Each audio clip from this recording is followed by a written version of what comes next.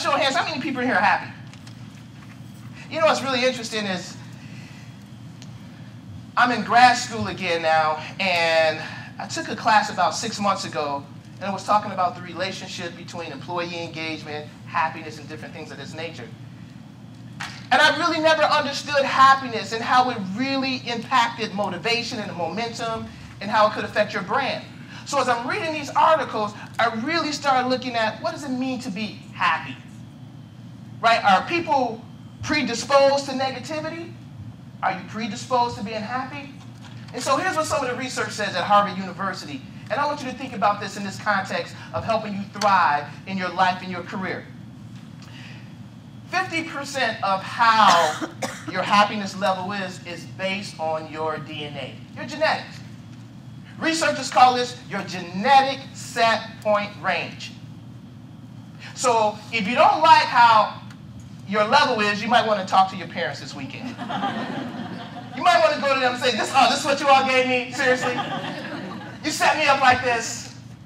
But 50%, according to research.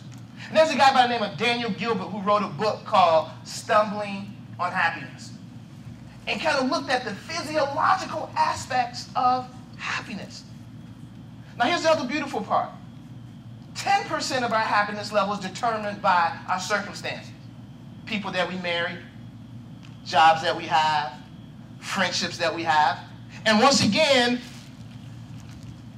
depending on the nature of those friendships and those relationships, that can influence our happiness, right? Depending on how they use their emotional contagion. But here's the part I really was inspired by, was the intentionality piece. That we can change the trajectory of our happiness by intentionality. Here's what Daniel Gilbert says in his book, Stumbling Upon Happiness. Most people wait for happiness to come to them. No.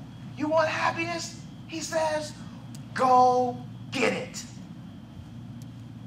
Go get your happiness. Now, what's the relationship?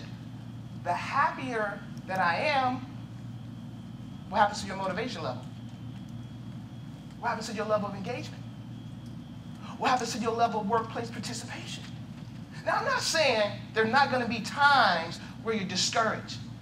There's going to be people on your team who get on your nerve. You're going to have bosses you don't like.